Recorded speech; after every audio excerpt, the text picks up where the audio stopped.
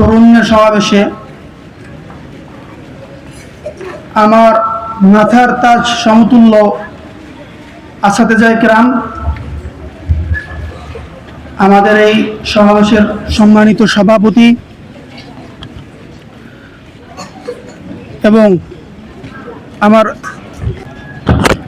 প্রাণপ্রিয় ছাত্র ভাইরা,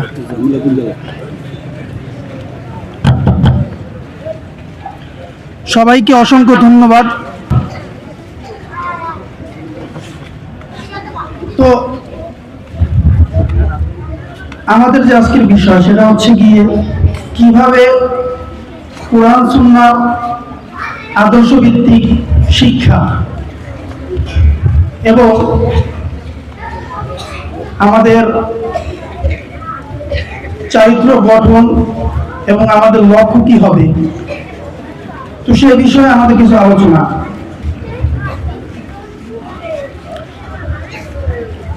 তো প্রথমে বলতে চাই,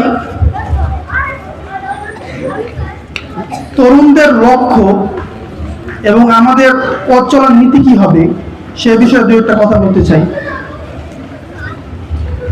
আমি মনে করি তরুণ এবং একজন মুসলমান হিসাবে আমাদের মানুষের প্রতি ভালোবাসা, প্রত্যেক মুসলমানের সাথে ঐক্য, সে যে দলেরই হোক, সে জায়গারই হোক এবং যে বংশেরই হোক, সবার প্রতি ঐক্য থাকা, সহমর্মিত থাকা, ভালোবাসা থাকা, দুর্বলের পাশে দাঁড়ানো, এই কয়েকটি গুণ প্রত্যেকটা তরুণদের জন্য এটা আবশ্যক, খুবই বেশি আবশ্যক।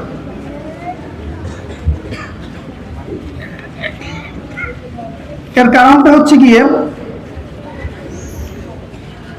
যদি আমাদের অন্যের প্রতি ভালোবাসা না থাকে তাহলে কোনো সময় আপনার যে মিশন, আপনার যে কাজ, এটা কখনো অন্যের কাছে যাবে না, অন্যের কাছে পৌঁছাবে না।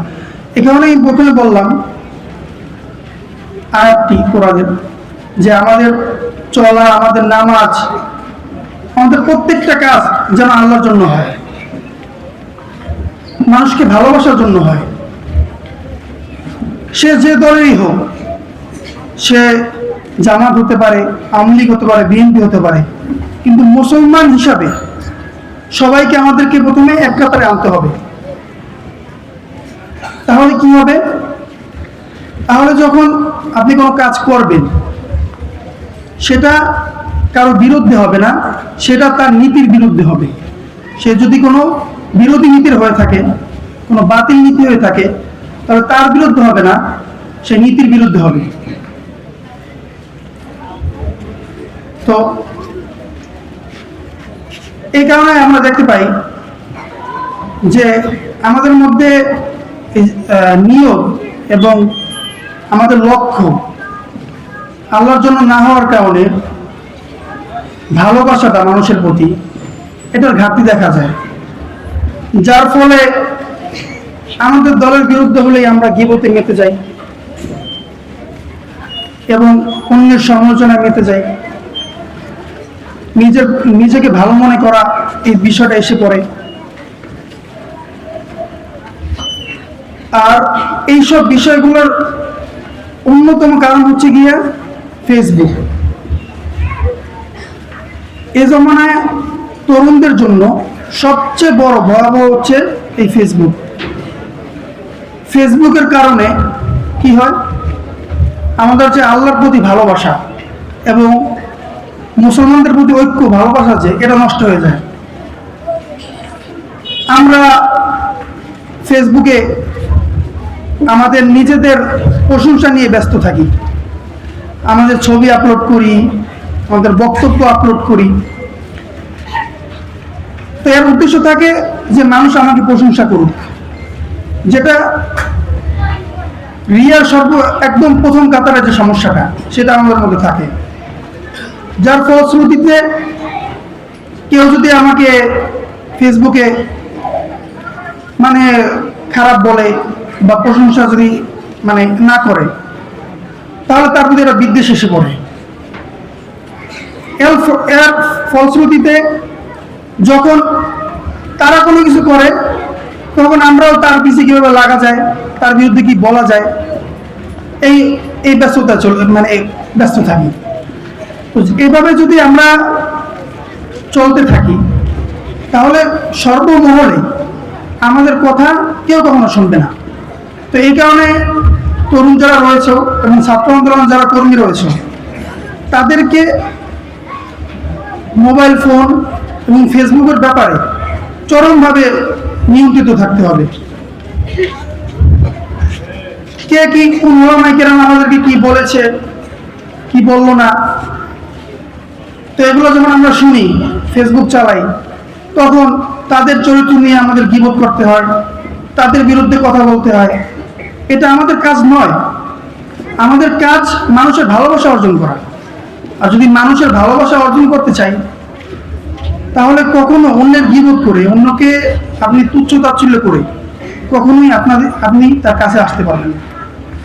এবং তোমরা এখানে যারা আছো, সবাই কিন্তু ছাত্র আন্দোলনের একটা কর্ণধার, একটা প্রতিচ্ছবি। তুমি চরমনের একটা প্রতিচ্ছবি। তুমি যখন একজনকে গালি দিবা, একজনের বিরুদ্ধে একটা খারাপ কথা বলবা, তখন সে বলবে যে ও চরমনাই মাদ্রাসা পড়ে, ও ছাত্র আন্দোলন করে, ছাত্র আন্দোলন যেগুলো করে সব বেয়াদব, ওলামায়ে কেরামের বিরুদ্ধে কি ধরনের কথাবার্তা বলে, এই কথাটা আসবে। তখন এটা তোমার উপরে সীমাবদ্ধ থাকবে না, এটা পুরোপুরি তোমার দলের উপরে এই তহমতটা এসে পড়বে। তো আল্লাহ তাআলা বলেন, ইন্নামাল মুমিনুনা ইখওয়া, আমরা একে অপরের ভাই স্বরূপ।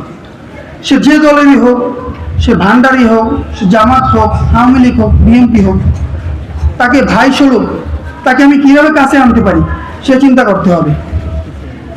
আমাদের দল আলহামদুলিল্লাহ এই এত বছরে কততম 35তম প্রতিষ্ঠা বার্ষিকী। তো আমরা অনেক, আমাদের যে লক্ষ্য, আমাদের এই 35 বছরে বাংলাদেশে অন্যান্য দলের থেকে আমরা অনেক এগিয়ে গিয়েছি। কিন্তু আমি দেখতেছি যে আলহামদুলিল্লাহ আমাদের যে কার্যকলাপ চলতেছে কোনো দিক থেকেই কম না। কিন্তু একটা দিকে খুব ঘাটতি, সেটা হচ্ছে কি অন্যের প্রতি ভালোবাসা, অন্যের প্রতি দরদ। এটা আমাদের থাকা উচিত। তাহলে আপনি যতটুকু জানেন আপনার কথা মানুষ গ্রহণ করে, কিন্তু আপনি যদি অন্যের প্রতি বিদ্বেষ নিয়ে কথা বলেন, তাহলে মানুষ কখনোই আপনাকে গ্রহণ করবে না। তো তরুণ সবাইকে আমি এই একটি কথা বলতে চাই যে তোমরা অন্যের প্রতি দরদ আনো, সবার প্রতি ভালোবাসা আনো। এটা তোমাদের বিরোধিতার সময় নয়, এটা বিদ্বেষের সময় নয়, এটা সমালোচনার সময় না।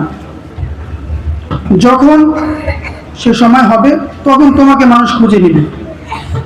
আর এখন যদি তুমি তোমার নিজেকে নিয়ে ব্যস্ত থাকো, তোমার নিজের জীবন গড়ো, তাহলে সময় মতন তোমার ফেসবুকে তোমার ছবি ছেড়ে, তোমার বক্তব্য ছেড়ে তোমার ভাইরাল হওয়ার প্রয়োজন নেই।